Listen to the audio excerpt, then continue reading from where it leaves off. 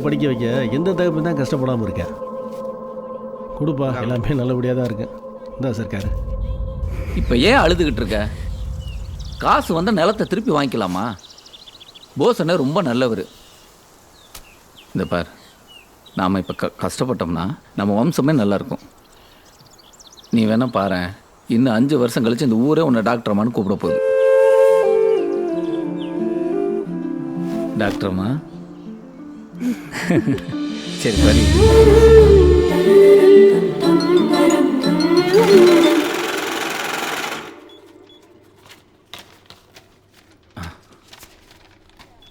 இந்தா thanks sir. வாங்க. போ.